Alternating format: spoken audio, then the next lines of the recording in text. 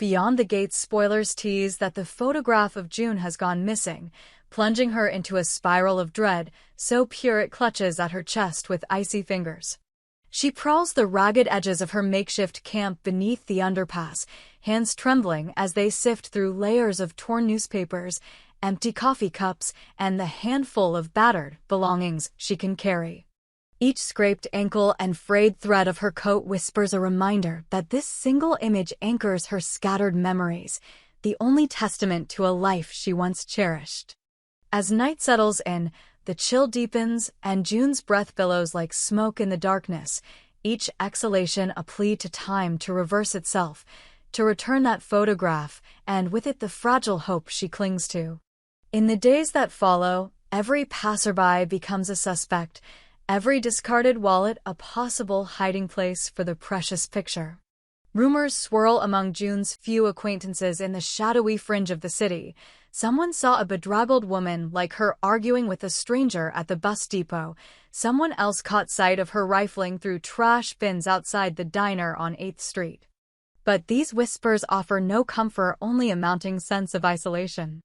June's hands grow raw with searching, her eyes haunted by flickers of two small faces she barely remembers, but fears losing forever.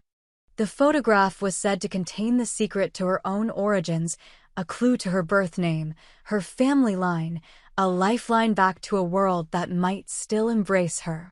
Meanwhile, Naomi sits in the bright swirl of her apartment, stunned by the news. Naomi, meticulous and driven, has spent weeks piecing together the fragments of June's story, driven by a promise she made years ago when they first met, to protect June, to help her reclaim her scattered past. When Naomi learns that the photograph was gone, her heart clenches in alarm. She had known June only as a resourceful survivor, but now the stakes of June's struggle weigh heavily on her. Over steaming cups of tea, Naomi pores over the last blurry scan of the photo that June managed to text her before it vanished. Two children stand side by side, their hands clasped in innocent solidarity. Beyond their small smiles, something in their eyes speaks of shared adversity, something that resonates with June's own hardened gaze. An uneasy thought takes root in Naomi's mind. What if those children are not just unknowns from June's past, but the very offspring she thought lost to the winds of time? She dials June's number, nerves coiling in her stomach. When June answers, her voice is brittle, like cracking glass, and Naomi steels herself against the memory of the warmth they once shared. She asks the question trembling on her tongue, "Who are they, June? Who are these children?" The line crackles, and for a breathless moment, Naomi fears June will hang up. Instead, there is a long, shuddering silence, then June's voice, raw and trembling. "They're my children." The admission hangs between them, a dam broken after years of silent longing. Within hours of that call, two figures emerge on the fringes of June's world, Martin Richardson and Bradley "Smitty" Smith. Martin, a soft-spoken social worker whose gentle eyes mask a steel core, and Smitty, a brawny former cop turned street outreach volunteer, move swiftly through the tangled back alleys and underbrush of the city. Their footsteps echo a determined rhythm, a promise that they will find June and bring her the answers she seeks. Naomi's message was simple but urgent. June's ready to talk. Now, armed with file folders bulging with notes and photographs, Martin and Smitty push aside rolled-up newspapers to reveal June huddled beneath a battered tarp, her coat pulled tight around her gaunt frame. The reunion is not gentle. June's eyes, once bright with defiance, are dulled by shame and anguish. She shrinks back as Smitty kneels beside her, offering a thermos of hot soup. Martin clears his throat, producing the photograph that Naomi managed to recover, a crinkled, smudged print that nonetheless reveals the two children, now older yet unmistakably the ones in June's fading memories. "We know who they are," Martin says softly, "Tyrell and Samantha."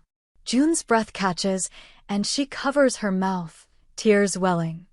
The names tumble from her lips like a confession she has rehearsed 1,000 times but never spoken aloud.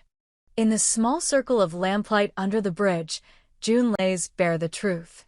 She was once part of a family, she explains, a modest home where laughter rose like music through sunlit rooms. But tragedy struck. A house fire took her husband, and the grief-stricken June watched her marriage crumble under the weight of loss.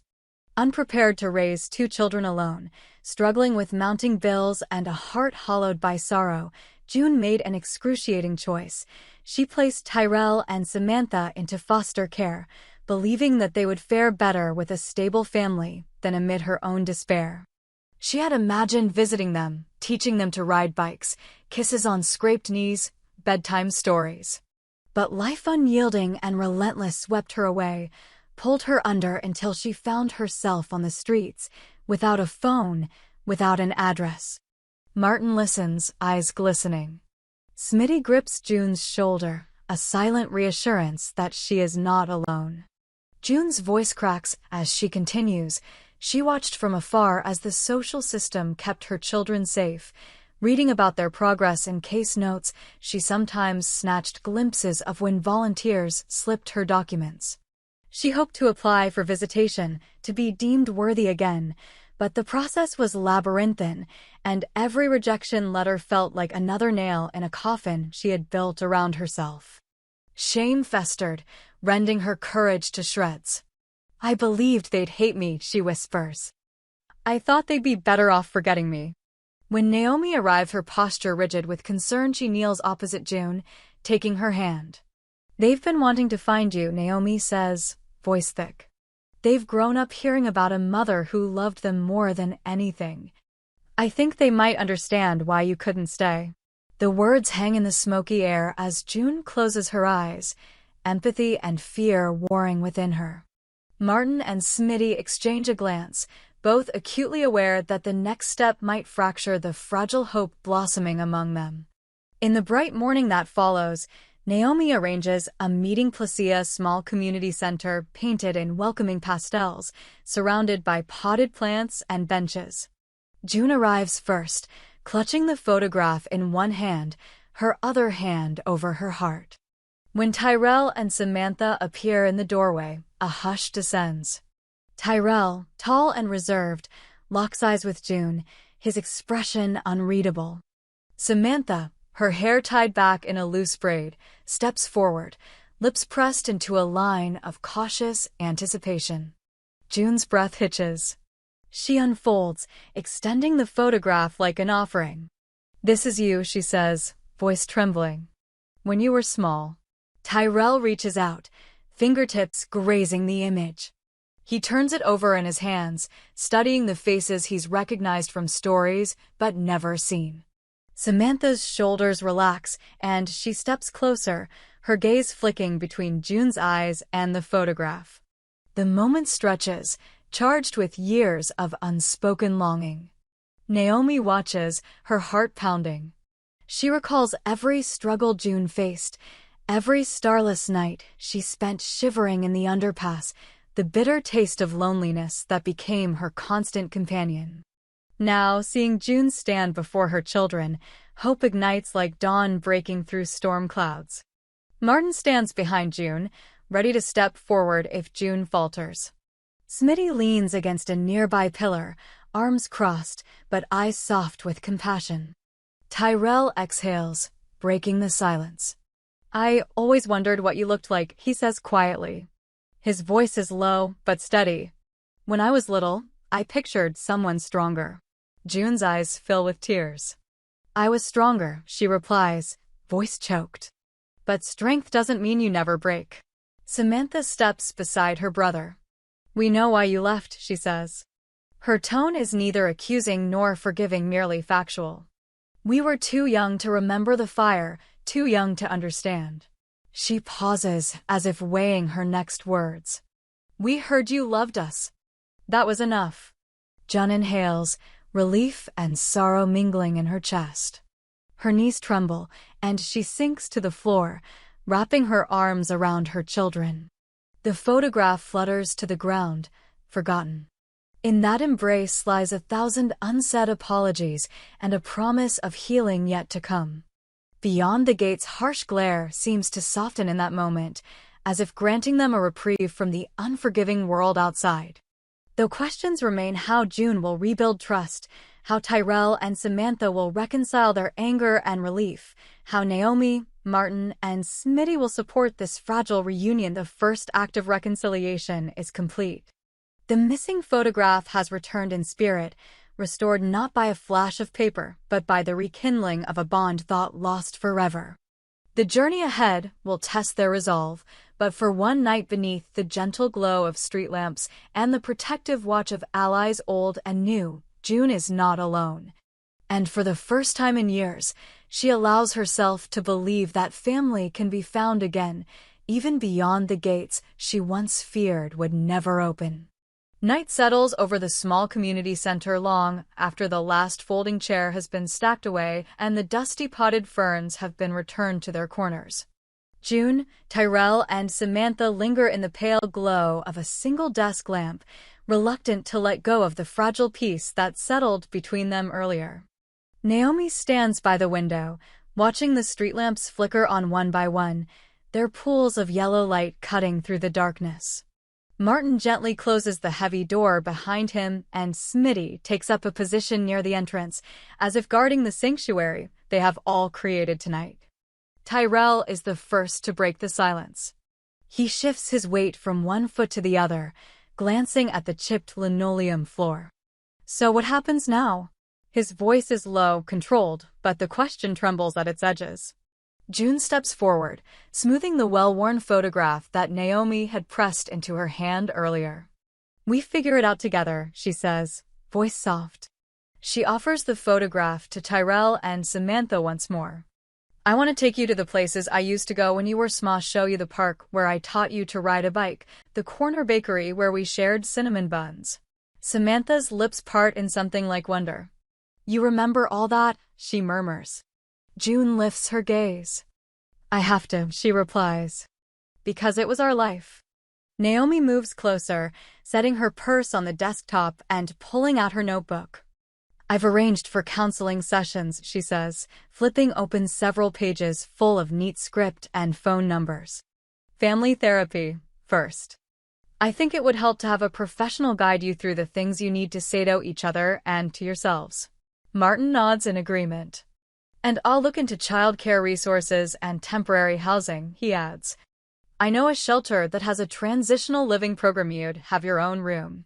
Smitty crosses his arms, though his expression is sympathetic rather than stern.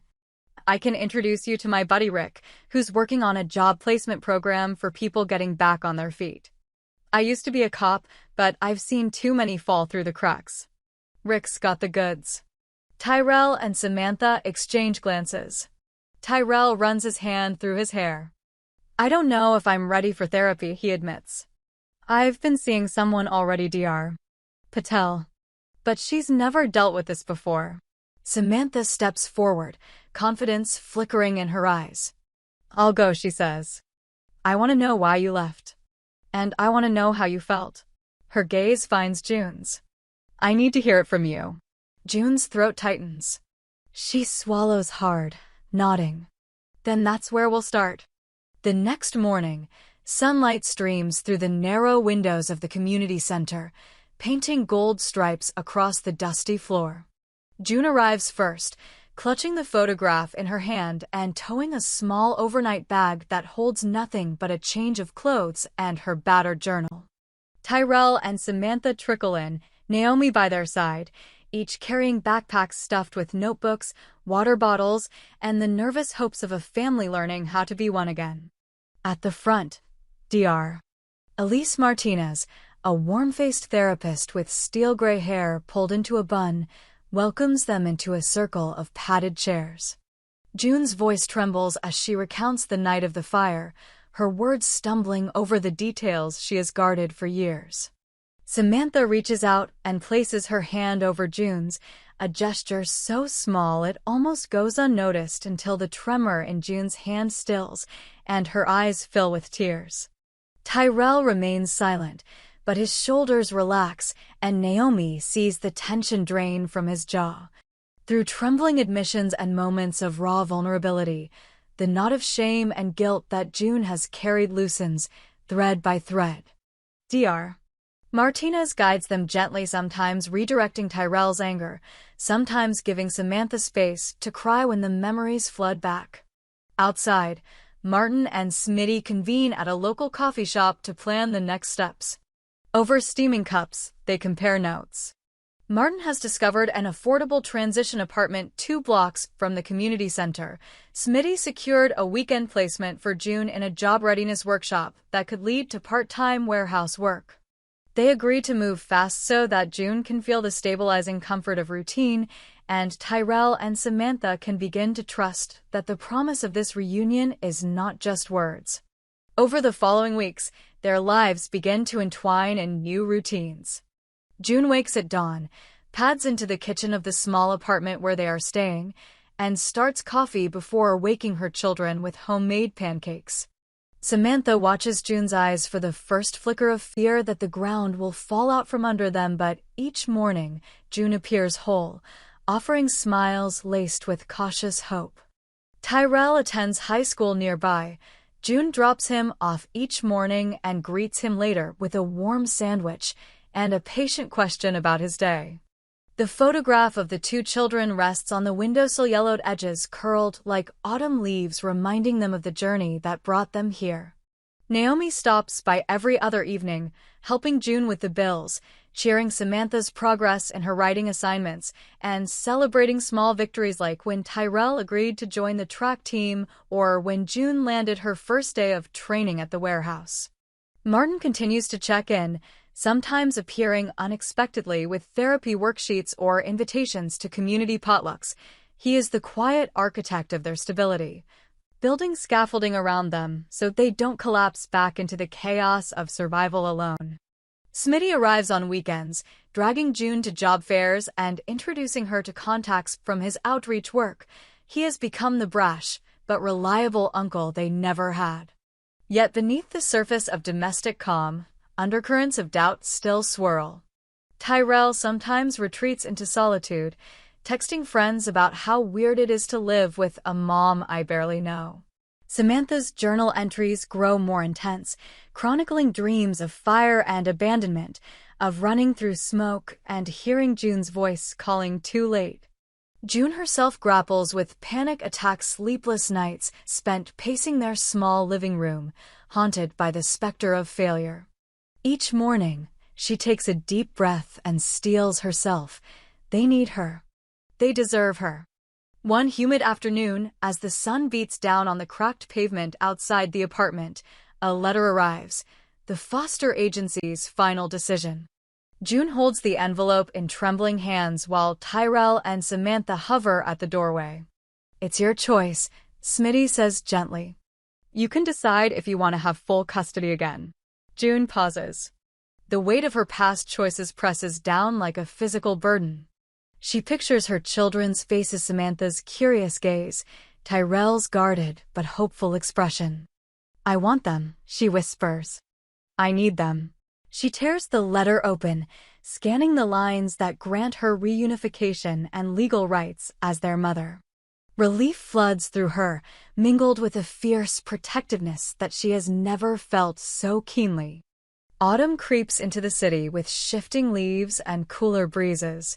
The family moves into a slightly larger apartment near the park, where June once showed her children how to swing high enough to touch the sky. On weekends, they picnic beneath the old oak tree at the park's edge. June unpacks homemade sandwiches while Tyrell and Samantha chase each other through golden leaves. Naomi brings her camera and captures bursts of laughter, moments of joy that June feared she had lost forever. At night, June tucks her children in, reading from an old children's book she found at a yard sale. Samantha listens, eyes heavy, while Tyrell hums along to familiar rhythms. June kisses them both on the forehead and slips into her room, knees shaking with the vulnerability of love that runs so deep it scares her. She pulls the photograph from the frame, its surface cracked, corners yellowed, and traces the faces of the small children, remembering how fragile hope can be. Then, with a steadier hand, she places it back on the nightstand, a talisman of the past that has guided them to this moment. Despite the progress, life returns to test their bonds. One chilly evening, June arrives home late from her shift at the warehouse. The apartment is dark, and her key hesitates in the lock as dread twists in her stomach. Inside, she finds a letter slid under the door, a summons from the agency to review her parenting plan. Panic claws at her throat. Have they found something she's done wrong? Is she being judged again? She flicks on the lights to see Tyrell hunched at the dining table, books spread around him, and Samantha curled up on the sofa, laptop open. "Mom, are you okay?" Tyrell asks, pushing the letter toward her. June's hand trembles as she opens it, scanning the lines.